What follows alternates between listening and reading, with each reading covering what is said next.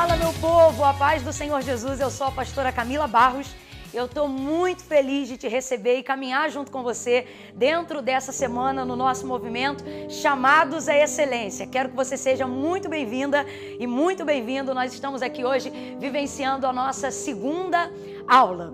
Na aula anterior, nós tivemos a oportunidade de trabalhar em cima da destruição de 3 mentiras que visam paralisar o nosso chamado, né? Não posso, não tenho tempo e ninguém acredita em mim.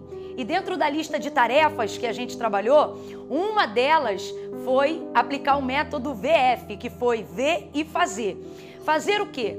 Fazer uma lista sobre 3 coisas que a gente vem procrastinando há algum tempo. E eu consegui cumprir essa lista em menos de 2 horas, né? Uma das coisas que eu não fazia, e você que me segue aí nas redes sociais sabe que é verdade o que eu tô falando, foi o TikTok. E aí eu fiz imediatamente para poder fazer cumprir a realidade da quebra, da procrastinação em menos de 48 horas sobre a palavra de Deus. E a gente está rompendo, foi maravilhoso. Se você ainda não assistiu a aula número 1, volta lá, assiste, compartilha com seus amigos, porque a gente precisa seguir junto nessa jornada. Gente, eu quero aproveitar e agradecer a enxurrada de comentários que vocês fizeram concernente à aula 1. Foi sensacional, foi incrível, nós destacamos alguns aqui e eu quero agradecer a participação e a interatividade de vocês, né? Isso faz toda a diferença. A Clarice Porto Santana disse assim: assistindo essa aula, senti Deus falando diretamente comigo. Parecia até uma aula particular, onde só tinha eu ouvindo e ela falando. Meu Deus, tremendo. Daily Santana: eu me identifiquei na parte que ela fala sobre o posicionamento. Eu preciso muito ter um grande posicionamento. Não podemos perder as oportunidades que Deus nos dá. Eu não posso ficar esperando o momento perfeito para começar a fazer aquilo a qual Deus me chamou. É melhor começar a fazer e ser levado ao que eu considero perfeição do que viver a frustração de nunca ter começado. Eu não posso colocar o não posso agora em cima daquilo que Deus está dizendo que já era para eu ter começado. Falou muito comigo. Glória a Deus. Chamados à excelência, foco até o fim, constância nunca mais. A Joelma Bittencourt, ela nos diz assim: Deus seja louvado por essa palavra. Eu realmente estava carregando essas mentiras na minha caminhada. Mas Deus, tendo o controle de tudo, sempre tem uma palavra de poder para desfazer as mentiras do diabo. Deus abençoe, pastora Camila, Deus te use cada vez mais. E a terceira tarefa, já fiz sem saber, bem mais do que 3. Continuem usando as nossas tags, tá bom? Chamados à excelência, foca até o fim e inconstância nunca mais. Vamos continuar fortalecendo esse propósito. Lembrando que nós estamos numa série de 4 aulas. E a primeira já aconteceu, hoje a gente já vai inaugurar a segunda, mas você que ainda não assistiu a primeira, segue junto com a gente, volta lá, assiste para você caminhar na mesma visão que nós estamos caminhando, no mesmo tempo que nós estamos caminhando e compartilhe com os seus amigos para que eles também possam viver esse tempo onde eles vão fortalecer o chamado, romper com a paralisia e viver, né, o conhecimento de qual propósito que a chamada deles carregam. Vamos lá agora para a nossa aula 2. Na aula de hoje nós vamos aprender 3 passos para destravar o seu chamado. E o primeiro deles é: comece usando o que você tem. A primeira coisa que você precisa identificar é que você tem. Deus colocou em você um propósito e esse propósito tem uma finalidade. Você carrega ele. Todas as vezes que eu falo isso, eu me lembro do episódio da Sunamita em 2 Reis, capítulo de número 4. O texto conta a história de uma mulher que perdeu o marido e agora o credor está à porta a levar os 2 únicos filhos dela como pagamento de uma dívida que o marido deixou antes de falecer. Como ele tinha vínculo com a escola de profetas que Eliseu estava estabelecendo, ela procura o profeta Eliseu, que representa e é a representatividade perfeita da voz de Deus naquele tempo, e traz a história dela dizendo: olha, a tua serva não tem nada. Ele diz: declara-me o que tens. E ela diz: tua serva não tem nada a não ser uma botija de azeite. E Eliseu demonstra para ela que aquilo é o suficiente para começar e para fazer o milagre que ela precisa que seja feito. Então ele diz para ela: pega essa botija que você tem de azeite, junto com outros vasos que você vai pedir emprestado aos seus vizinhos, não poucos, mas muitos. Entra no seu quarto, fecha a tua porta por detrás de ti e dos teus filhos. E então pega o azeite da botija, Vamos lá que a gente vai fazer dessa aqui uma botija. Pega o azeite da botija e depois que todos os vasos, agora vamos pegar os vasos. São muitos, mas aqui a gente tem um para representar. Pega o azeite da botija, essa é a palavra de ordem do profeta para ela. E derrama o azeite da botija sobre os vasos. Essa é a palavra de ordem para ela pegar o azeite da botija e derramar sobre os vasos que estavam vazios. Os vasos são emprestados, mas a botija ela tem. Não sei se está lotada de azeite, mas tem o suficiente para começar o milagre. E aonde o milagre começa? Eu costumo dizer que Deus não multiplicou o azeite dentro da botija, porque mesmo que ele lotasse de azeite aqui dentro, matematicamente falando, isso não ia ter condições para encher a totalidade dos vasos. E Deus também não multiplicou o azeite dentro dos vasos, porque Deus não vai usar o que eu tenho para multiplicar onde é emprestado. Ele escolheu as coisas que não são para confundirem as que são, lembra? Então, na verdade, Deus não precisa mudar a configuração do que eu tenho para fazer milagre, porque senão é como se Deus começasse a pensar como eu penso. Eu preciso mudar primeiro para viver depois. Não, e Deus não pensa assim. O que Ele está dizendo é, eu vou usar o que você tem e vou multiplicar enquanto você obedece aquilo que você precisa. Então, recapitulando, nem dentro da botija, nem dentro do vaso. O milagre vai acontecer na transferência enquanto ela executa. Através disso, nós temos estabelecido essa máxima. Para de espiritualizar e começa a executar. Você precisa começar a desenvolver o seu ministério com o que você tem, compreendendo que o que você tem é o suficiente para começar. E é enquanto você desenvolve que o Senhor vai multiplicando e vai acrescentando em cima daquilo que você já tem. Talvez você ainda não conheça a Bíblia toda, então comece pregando aquilo que você sabe. Ah, Camila, eu só comecei aqui com o Salmo 23, então ministre o Salmo 23. Ah, Camila, eu ainda não tenho uma série de convites. Pregue aonde você estiver, na sua casa, na sua família, entre os seus amigos, na faculdade, na escola. Aproveite as oportunidades que você tem. Se você esperar ter para fazer, você nunca vai fazer. Mas se você começar a fazer com aquilo que você já tem, identificando o que você tem, na certeza que o que você tem é o suficiente para Deus operar, você vai desenvolver o seu chamado. E isso vai começar a destravar a paralisia que o seu chamado se encontra. Passo 2, e esse é um dos meus preferidos. Vai com medo mesmo. Essa é uma realidade que não pode ser evitada. Todas as vezes que você decide destravar o seu chamado, isso acontece na nossa mente. A gente decide, não, eu vou romper, eu tenho consciência do que eu quero viver. Mas você esbarra no medo. Por quê? O medo, ele não some porque você tomou a decisão. Pelo contrário, é quando você decide resolver e destravar, é que os obstáculos começam a se tornar mais evidentes. E isso agiganta o medo que nós já tínhamos. E aí, Camila, o que eu faço? Saio correndo? Não, de jeito nenhum. Nós vamos confrontar esse medo.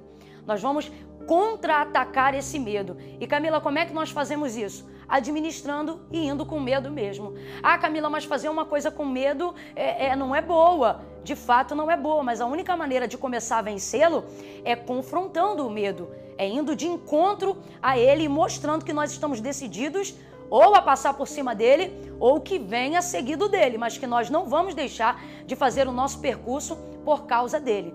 E seguindo a mesma linha de 2 Reis capítulo 4, é um texto muito rico, mas agora não mais falando sobre a viúva que procurou o profeta, mas sobre a sunamita que recebeu o profeta Eliseu. Eu não sei se você conhece essa história, mas o que aconteceu foi o seguinte: ela era uma mulher que habitava em Sunem e vendo sempre Eliseu passar, um dia ela convence ele a entrar em sua casa. Depois de um tempo, estabelece uma relação fraterna entre ela, o marido dela e o profeta Eliseu, junto com Geazi. E ela percebe, marido, esse homem é um santo homem de Deus. Ela constrói um quarto para ele junto ao muro da sua casa. É uma história maravilhosa, mas aonde eu quero chegar? Ela recebe uma promessa. Eliseu declara que ela vai gerar e vai dar luz a um filho. Isso é um milagre, porque a Bíblia diz que o seu marido já era avançado em idade e ela não tinha filho. Resultado, cumpre-se a palavra. O menino nasce, o menino cresce, mas quando ele tem aí o que a gente julga ser aproximadamente 12 anos de idade, o menino vem a óbito, o menino morre. E depois que o menino morre, o filho único daquela mulher sunamita, O texto diz que meio-dia ele morreu no colo, nos joelhos dela. Ela pega o menino, gente, no colo. Vai lá para o quarto que ela construiu para o homem de Deus, abre a porta, no momento que ele não estava lá. Deita o menino sobre a cama do homem de Deus, fecha a porta e sai. Pede o marido para preparar uma carruagem aonde ela possa ir de encontro ao homem de Deus. Ela pede um servo para que venha dirigir a carruagem para ela ou a carroça para ela. E aí o marido questiona, por que você vai a ele hoje, se não é lua nova, nem sábado? E ela diz, tá tudo bem. Agora vamos dar uma pausa aqui para a gente entender como é que a gente vai com medo mesmo. Tava tudo bem, gente? Um filho morto num cômodo da casa, tá tudo bem? O filho único, resultado de uma promessa que ela recebeu, óbito, morto na cama, tá tudo bem? Não, não está tudo bem.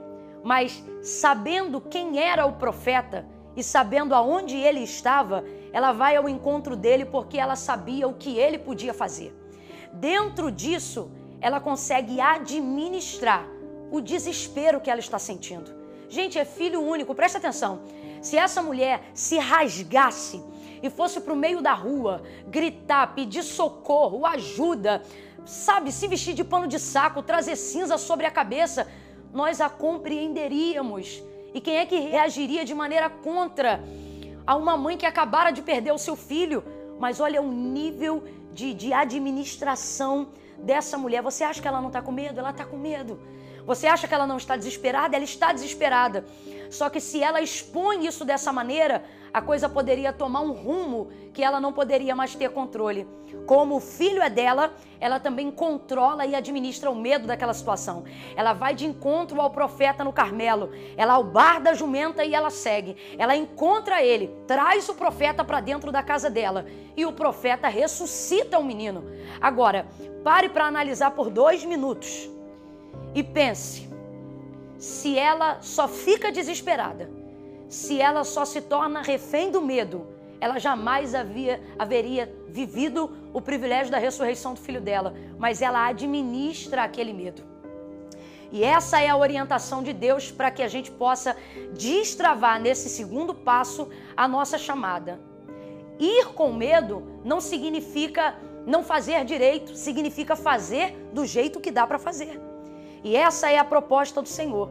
Haverão dias em que você não vai se sentir tão segura para fazer, porque o medo vai tentar te fazer refém da sua circunstância. Mas o que você e eu vamos fazer? O que eu estou fazendo agora aqui. Você acha que eu estou totalmente à vontade? Eu estou acostumada com igreja, com povo, com gente, com atmosfera, com o pessoal dando glória, com música no fundo, com... Mas não me sinto confortável. Mas o que eu estou fazendo? Estou controlando. Por quê? Porque eu acredito que nessa administração a gente pode gerar um resultado maravilhoso. Então, Camila, você também ainda sente medo? Sinto. As pessoas sempre me perguntam isso, principalmente concernente ao chamado. Mas eu não permito mais a insegurança atrapalhar o desenvolvimento daquilo que eu preciso fazer. Então, a Sunamita administrou, ela controlou o medo dela e com isso ela teve um resultado totalmente diferente do que ela teria se ela não tivesse ido mesmo com medo, mesmo com desespero. Perceba o autocontrole dela. E é isso que o Espírito Santo está falando conosco através desta palavra. Você quer derrubar num passo, destravar seu ministério no segundo passo, esse medo que paralisa? Então você precisa administrar ele dessa forma. Como? Indo com medo mesmo. Camila, mas será que se eu for com medo mesmo, vai dar certo? Vai, por 2 motivos. Primeiro, a palavra do Senhor, ela nos garante em João que o verdadeiro amor lança fora todo medo. Então, se você ama o que Deus te propôs, se você ama aquilo que Deus confiou no seu coração, se você ama a vida e se você ama cantar, se você ama ajudar pessoas, se você sabe que foi chamado por Deus e isso queima dentro de você, você precisa entender que aquilo que Deus te deu é mais forte do que o medo que quer te frear de viver a desenvoltura do seu chamado. Partindo disso, vai com medo mesmo. Uma segunda coisa que a gente vê que o medo, ele na verdade, ele nos cerceia, né? Nos limita, mas não nos impede, é João 3,16. Olha o que a palavra do Senhor diz. Ela diz, e Deus amou o mundo de tal maneira que deu o seu Filho unigênito, para que todo aquele que nele crê não pereça, mas tenha vida eterna. O que é isso? Jesus é o verbo vivo feito em carne. Ele é a expressão máxima do amor de Deus. O que eu estou querendo dizer com isso? Quando a expressão do seu amor pelo chamado é verdadeira, você evidencia isso com ações. O próprio chamado dá em você ousadia e crescimento para você fazer o que precisa ser feito a despeito do medo. A primeira profecia que o Espírito Santo te conduzir a entregar, você vai sentir um pouco de medo. A primeira palavra que Deus te mandar entregar, você vai sentir um pouco de medo. Talvez a segunda, a terceira, mas é entregando, é desenvolvendo, é executando que você vai estar pronto para viver a plenitude daquilo que Deus tem para você. Então, vai com medo mesmo. O segredo é você não deixar de ir. O terceiro passo para você destravar o seu chamado é esse. Construa um plano de ação. A primeira coisa que você precisa compreender é que o preconceito que as pessoas têm sobre o auxílio, seja um papel, um bloco de notas, ele torna viável, ele torna possível para a gente verbalizar e construir do lado de fora aquilo que o Senhor já colocou dentro do nosso coração. Por exemplo, eu estou agora gravando essa aula para você com o auxílio do meu bloco de notas, que é onde está todo o conteúdo que eu consegui organizar daquilo que Deus confiou ao meu coração. O celular é o Espírito Santo? Não. O que eu escrevi aqui representa o Espírito Santo? Não, mas é a única forma de eu tornar possível, trazendo para o lado de fora, aquilo que o Espírito Santo colocou do lado de dentro, no meu coração, na minha alma, confiou ao meu espírito. E eu percebo, ao longo do tempo, uma dificuldade muito grande nas pessoas. Elas acham que se elas administram alguma coisa que fala concernente a Deus e as coisas de Deus, não pode haver nenhuma intervenção humana. E isso já está equivocado, porque a intervenção já somos nós mesmos. Deus não usou anjos para trazerem aqui ao mundo e pregarem aos homens. Ele disse aos próprios discípulos, vão vocês, ministrem, entreguem, preguem a toda criatura. Aquele que crê e se batizar vai ser salvo. Então, se Deus usa a gente, que é muito mais pecador do que um celular, que é mais pecador do que um bloco de notas, por que ter preconceito acerca da necessidade de um auxílio para você organizar a sua vida? Então, você precisa aprender a construir um plano de estrutura viável, um plano onde você possa cumprir de modo prático aquilo que é espiritual dentro do seu coração, aquilo que é emocional na sua alma, aquilo que é mental na sua cabeça. É necessário, sim, ter um intermediário construído lá de fora para você ter possibilidade de ter o conteúdo. Vamos lá. Camila, eu acho lindo a pessoa pregar sem sermão, mas alguém que hoje prega sem olhar para o sermão é porque já ministrou aquele sermão, já está experimentado naquele sermão. Ou ainda que não esteja experimentado no sermão, já está muito experimentado naquela palavra. E qual é a forma de desenvolver isso? Tornando isso possível e real do lado de fora. Vamos lá, Marcos capítulo de número 5, a mulher do fluxo de sangue. Ela criou um plano viável dentro da cabeça dela. Ela dizia consigo mesma, ela fez algo que só dependia dela. E é isso que a gente tem que entender. Você não pode fazer plano contando com terceiros. Você precisa fazer os seus planos. Estabelecer um programa daquilo que você precisa fazer. É por isso que eu bato tanto sobre a questão das tarefas, sobre você cumprir as tarefas, porque elas vão ampliar a sua perspectiva de organizar na horizontal, ou seja, no plano terrestre humano, aquilo que você recebe na vertical. O chamado vem na vertical, a unção vem na vertical, o espírito vem na vertical, o poder vem na vertical, mas ele só se manifesta quando você está com a horizontal organizada para isso. Ou ele só se manifesta de maneira mais ampla, mais livre, quando você está com a horizontal organizada. Falando a grosso modo, eu senti de Deus de te dizer agora, em que casa você já viu uma laje ser batida antes do alicerce? Em que obra você já viu alguém começando por cima sem saber se tem estrutura na parte de baixo? É o plano. A Bíblia diz, e Jesus falou abertamente sobre isso, quem é que faz uma obra e começa a fazer sem saber os gastos, se vai ter condições de cumprir ela até o final? É a mesma coisa. Voltando para a mulher do fluxo de sangue, em Marcos capítulo 5, ela criou um plano viável na cabeça dela. Se tão somente eu tocar, isso é um plano, gente, olha, ela está criando aqui, eu já sei, eu vou no meio da multidão, eu vou romper a multidão, eu vou tocar na orla das vestes dele e eu vou ser curada.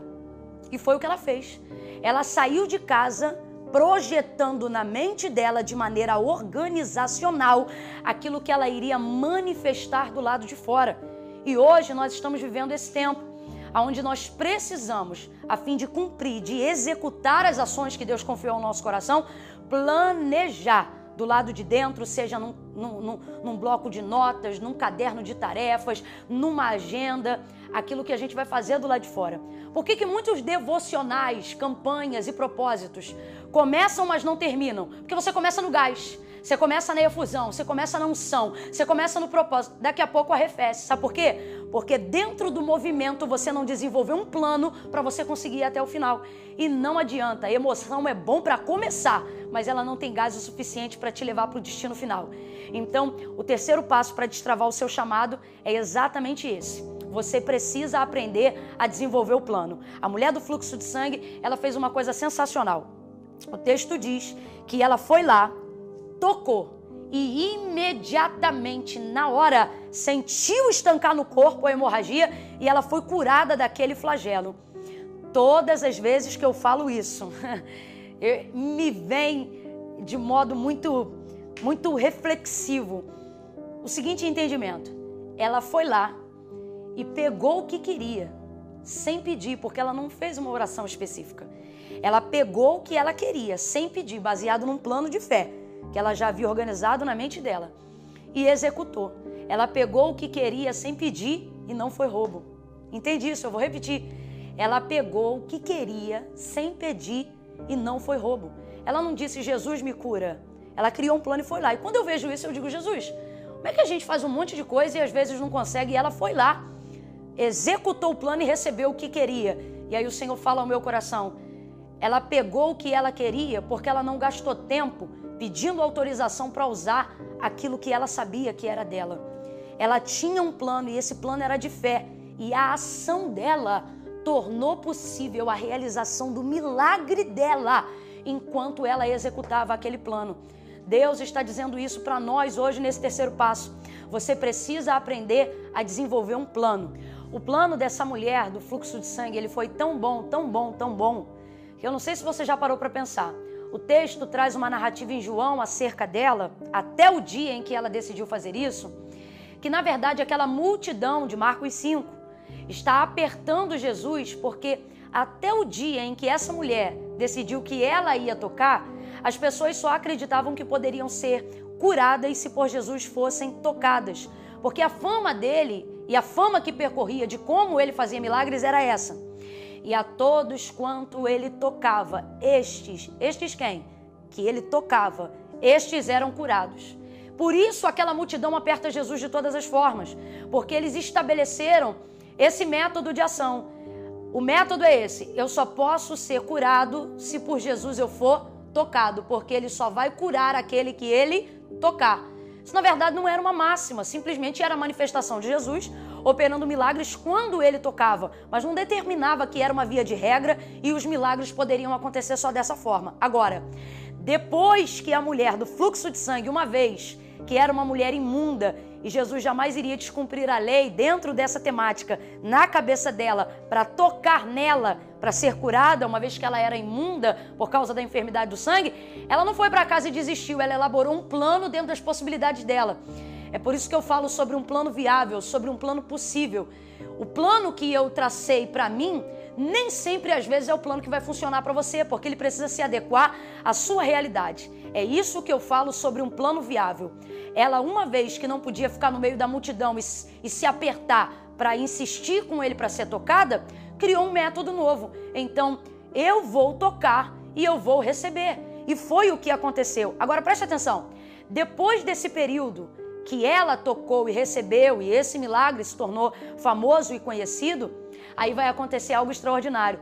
Outras pessoas vão compreender que não são curados por Jesus somente aqueles que Jesus toca neles, mas também são curados pelo céu, por Jesus, aqueles que decidem tocar, aqueles que decidem gerar iniciativas. E outras pessoas passam a fazer coisas que nunca antes foram feitas, mas a exemplo dessa mulher, traçam um plano, uma rota de milagre, que não dependia necessariamente do que Deus iria fazer, mas dependia de como elas iam se dispor para que Deus fizesse aquilo que ele tinha poder para fazer. Não foi a mesma coisa que fez a cananeia, insistindo, gritando, mesmo com pessoas dizendo, desiste, deixa para lá, focando no plano dela. Então é a mesma coisa. Eu vivi uma grande transformação na minha vida. E esse é meu testemunho pessoal para você. Eu começava meus métodos devocionais e eles são a parte mais difícil, porque são eles que trazem manutenção ao seu chamado. e eu tinha muita dificuldade de estabelecer a disciplina do método devocional. E isso gera na gente uma culpa e uma frustração muito grande. Eu sei que muitas pessoas se identificam com o que eu estou falando agora. Porque se você tem uma chamada, você percebe a necessidade de buscar, de ter um método devocional, e quando você não consegue dar ritmo a isso, isso é extremamente frustrante. Então tinha dias que eu estava amarrada, manietada pela culpa, por não conseguir dar prosseguimento ao plano de oração, de jejum, de propósito, de quarto, de joelho, para alimentar o chamado que Deus me confiou, porque isso é vital. E então eu pensei, quer saber? Eu vou parar de espiritualizar. E eu peguei um caderno. E aí nesse caderno eu comecei a fazer a estrutura da minha devocional. Eu dizia exatamente a oração que eu ia fazer. Eu determinava os textos que corroboravam com aquela oração. Eu escrevia ali os louvores que eu cantava. Eu não vou te passar exatamente igual aqui agora, porque é o que eu disse, cada um vai se adequar dentro da sua realidade. Eu, por exemplo, dispunha de um tempo de 1 a 2 horas ali, e especificamente consagratório para aquilo. Vai ver, você tem 15 minutos, mas se ele for um plano constante, isso vai ser o suficiente. 15 minutos podem mudar 15 anos da sua vida, se eles forem constantes. Mas é por isso que eu volto a dizer, você precisa quebrar o preconceito de trazer para o papel, de trazer para a realidade terrestre, física e humana, aquilo que o divino já trouxe para a sua vida. E aí foi através desse caderno, um caderno de oração, um caderno de devocional, aonde eu tornei físico o espiritual que estava em mim, que eu consegui e tenho conseguido gerir isso até o final. Por quê? Porque no caderno, muitas vezes o Espírito Santo já me trazia demandas para o dia seguinte. Porque tem dia que você dobra o joelho, irmão, e eu não sei se é o cansaço, se é o trabalho, se é o estresse. A coisa está tão difícil que se você não tiver anotado ali qual é a demanda, o que você tem que orar, qual é a motivação do Espírito, perde o propósito. Você não aguenta ficar ali. Então o caderno ele te ajuda a gerir isso. O plano de estrutura organizacional, sabe? Devocional ajuda. Quando eu virei essa chave na minha vida, virou também uma chave na minha vida. Que é essa aqui, por exemplo, que eu estou fazendo agora. Eu me sentia completamente fora do universo digital. Mas como eu entendia que o universo digital é um novo tipo de comunicação real e que uma vez que eu estou na condição de influenciar pela palavra, eu precisava ser inserida, eu só consegui isso com oração. E só consegui isso insistindo, dizendo, Deus, me ajuda. E ali orando, e trouxe isso. E através disso eu tenho colhido frutos e resultados. Não apenas físicos do que eu estou vivendo agora, mas da construção realmente do meu chamado e daquilo que Deus ainda tem para a minha vida. Foi pensando nisso que eu e a minha equipe criamos um plano de tarefa para você, onde a gente listou 3 tarefas das quais você precisa fazer. A primeira delas, sem preconceito, você precisa fazer um caderno devocional. Eu tô lendo aqui porque eu não quero deixar você de fora do conteúdo. Quando você for entrar no grupo do WhatsApp, ele vai estar lá, lembrando que você não precisa encaminhar a tarefa para mim. Ela é pessoal, é você e Deus. É para o seu autoconhecimento e também para o seu desenvolvimento. Você vai clicar no link da verificação lá do grupo do Zap e aí você vai ver lá. Então vamos lá. A primeira lição é essa, você vai criar um caderno devocional. E nesse caderno você precisa separar 7 espaços para colocação de 7 itens muito importantes. São eles, primeiro, você vai fazer um cabeçalho, onde você vai colocar a data, horário e o local da sua devocional. Isso aqui é muito bacana, é exatamente assim que eu faço o meu. E você se sente como se fosse um Paulo. Isso é muito bom. Te dá uma noção de realidade, de estar levando a sério, porque Deus está te levando a sério. Vamos lá. Neles você vai colocar a seguinte coisa.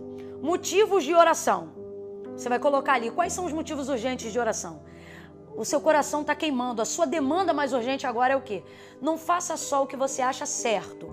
Coloque ali o que está queimando no seu coração. Deus trabalha com verdade, não com protocolo. Segunda coisa, depois da oração, você vai ler a palavra de Deus. E aí você vai trazer a descrição ali de onde você leu. Para você que está começando, eu quero deixar uma dica. Comece com Salmos. É inspirador. Ele te dá uma direção, norteia seu dia, sabe?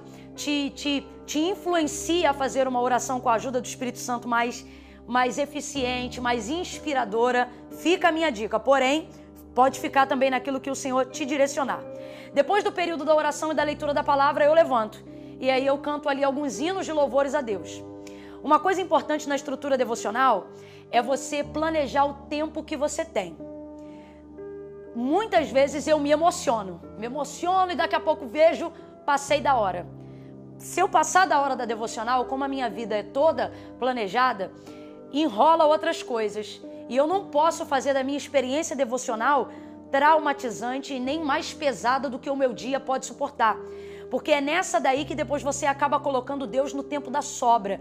E a ideia aqui não é de Deus tomar o seu dia todo, mas é de você, dando a parte que é dedicada a Ele ter o governo sobre todo o seu dia.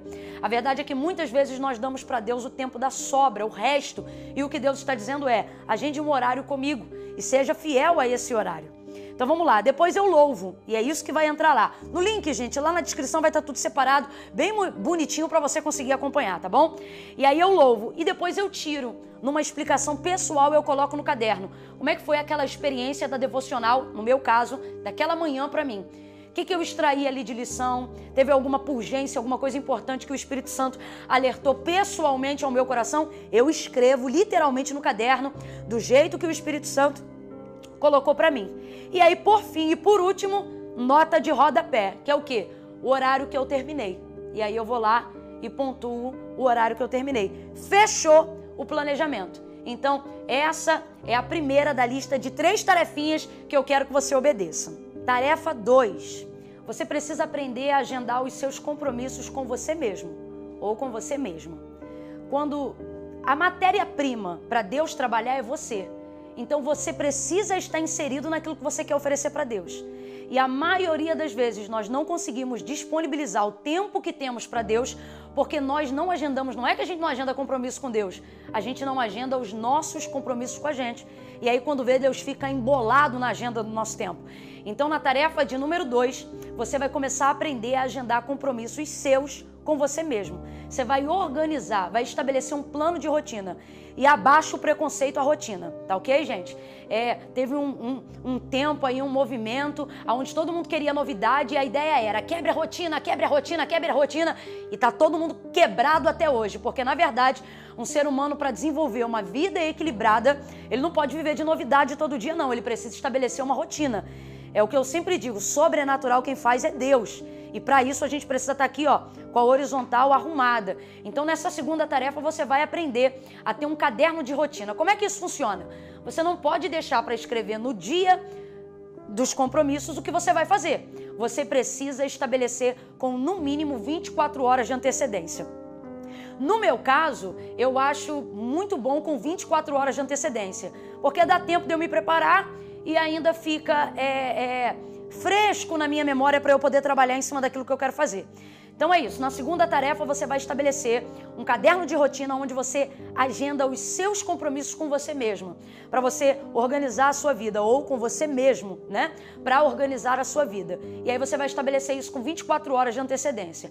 Tem um compromisso no dia 25, no dia 24, teu caderno de rotina já precisa estar cumprido e alinhado. Quando você conquistar isso, e você vai conquistar isso, você vai ter um tempo importante, porque sua rotina já vai estar agendada e Deus já vai estar inserido dentro dela, tendo o governo sobre tudo que você vai fazer naquele dia.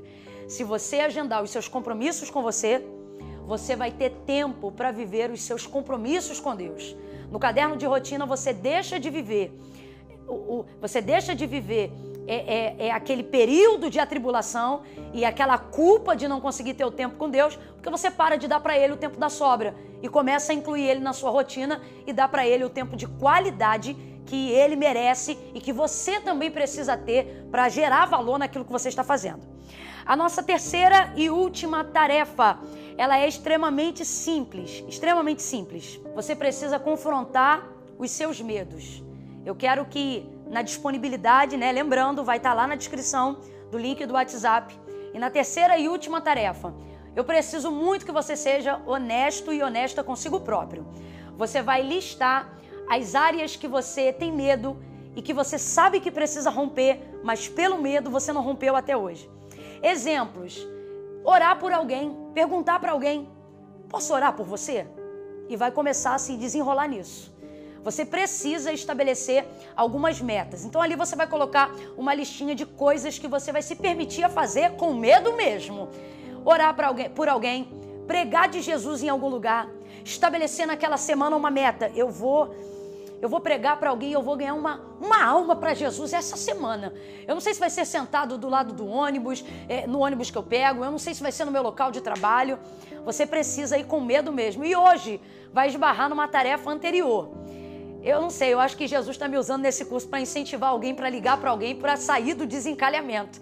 Tem alguém na sua igreja que você gosta, tem alguém que talvez você está esperando no Senhor, está solteiro, está em Deus, é um vaso de Deus, é uma vasa de Deus, quem sabe, e você não liga, não chega junto, não fala, você vai confrontar o seu medo e vai chegar nessa pessoa. São apenas alguns exemplos, você vai ver qual é a área da sua vida que você tem se sentido limitado pelo medo. Vai escrever lá e vai trabalhar com isso e vai romper esse medo dentro desse período.